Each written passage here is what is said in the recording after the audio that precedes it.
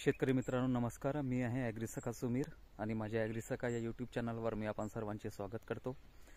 शेतकरी मित्रांनो, आज मी बोलणार आहे हा संत्रा जो झाड आहे मित्रांनो, त्याच्यावर हमखास आपल्याला एक रोग पाहायला मिळतो, तो म्हणजे डिंक्या ब्लडिंग। हे शेतकरी मित्रांनो पाहून घ्या, असा या प्रकारे संत्र्यावर हा रोग का बरं येतो मित्रांनो। तर संत्रा हा जो पीक असतो मित्रांनो, त्याच्या कोणताही पीक असो, त्याच्या जर मुळांना काही इजा झाल्या तर वरतून आपल्याला झाड हा इंडिकेट करतो, सूचना देतो की मला काहीतरी खाली रोग झालेला आहे, त्याच्यावर ट्रीटमेंट करा। तर खाली जमीन जेव्हा मित्रांनो कडक होऊन जाते आणि जमिनीत मुळांना वाढण्यासाठी काही जागा नाही मिळत आणि खाली हा फंगस लागलेला असतो, बुरशी लागलेली असते, मुळांची वाढ होत नाही, अन्नद्रव्य घेऊ नाही शकत, ते जमिनीतले जे सूक्ष्म अन्नद्रव्य आहे ते घेऊ नाही शकत, त्यांची वाढ होत नाही, एका ठिकाणी खुंटते मुळांची वाढ आणि तिथे काही फंगस लागतो, मुळांना काही जखमा होतात। तर त्याच्यामुळे हा वरतून ब्लडिंग सुरू होते, म्हणजे हा डिंक्या म्हणजे हा झाडाचं हा ॲक्च्युली रक्त आहे, ब्लडिंग म्हणतो हा। तर हा निघणं सुरू होते। तर मित्रांनो, हा रोग जो आहे तो समजून घ्या की जमिनीत आपण खूप वर्षापासून ट्रीटमेंट केलेली आहे, त्याच्यामुळे मुळा या जखमी झालेल्या आहेत, याच्याचमुळे हा रोग होतो मित्रांनो, डिंक्या हा रोग। काय करा मित्रांनो, तुम्ही याचा हमखास मी खास एक उपाय सांगतो। आता केमिकल आपण देऊ शकतो, पण केमिकलचा एवढा रिझल्ट येणार नाही। आता तुम्ही ड्रिंचिंग कशाची करू शकता मित्रांनो, याला क्लोरो घेऊ शकता तुम्ही, क्लोरो आणि रेडोमिल फंगीसाइड, मेटॅलेक्झिल घेऊ शकता, मँकोझेब कार्बेंडाझाईम घेऊ शकता आणि क्लोरो घेऊ शकता।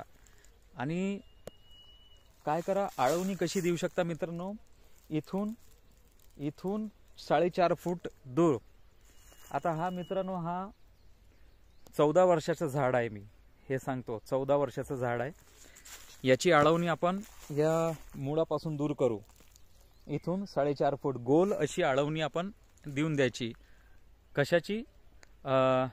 क्लोरो घ्यायचं, क्लोरोफायरिफॉस गॅस पॉयझन, आणि फंगीसाइड घ्यायचा आणि ह्युमिक घ्यायचं, याची आळवणी देऊन द्यायची मित्रांनो। किंवा जेव्हा आता सध्या उन्हाळा आहे, परंतु जर थोडासा याच्यापूर्वीचा वेळ असता तर ह्युमिक आणि सल्फर यांनी सुद्धा काम जमलं असतं मित्रांनो। ह्युमिक आणि सल्फर दिलं तर फंगीसाइडचंही काम करते आणि एक बुरशीनाशकाचं सुद्धा काम करते।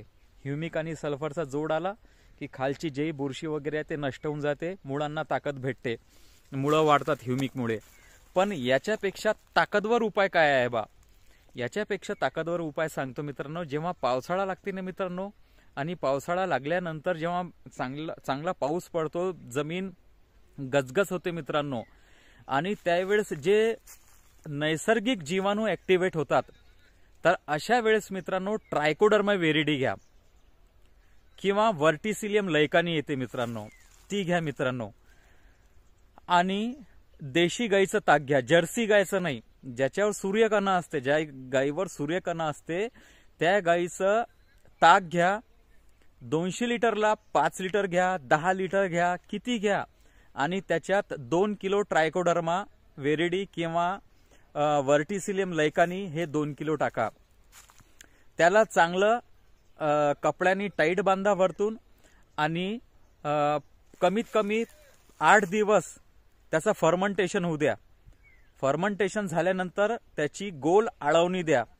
आता मित्रांनो हे काय करतील, तर ट्रायकोडर्मा विरिडीचे जे जीवाणू आहे मित्रांनो, ती आतमध्ये जे फंगस लागलेला आहे, जे बुरशी लागली आहे, त्यांना नष्ट करेल आणि मल्टिप्लाय होते मित्रांनो। हे एक वेळा टाकले जमिनीत, तो पाऊस असतो, तो तेव्हा जो निसर्गाचं वातावरण असते ते आपण तयार नाही करू शकत, त्या वातावरणाचा उपयोग आपल्याला खूप छान होतो। आतमधले जेही फंगस वगैरे आहे, जे मुळांवर बुरशी वगैरे लागली आहे, ते रोग नष्ट करण्यासाठी ट्रायकोडर्मा विरिडी किंवा वर्टिसिलियम लैकानी हे खूप छान आहे। तर तो उपाय नक्की करा मित्रांनो, सगळ्यात बेस्ट आहे।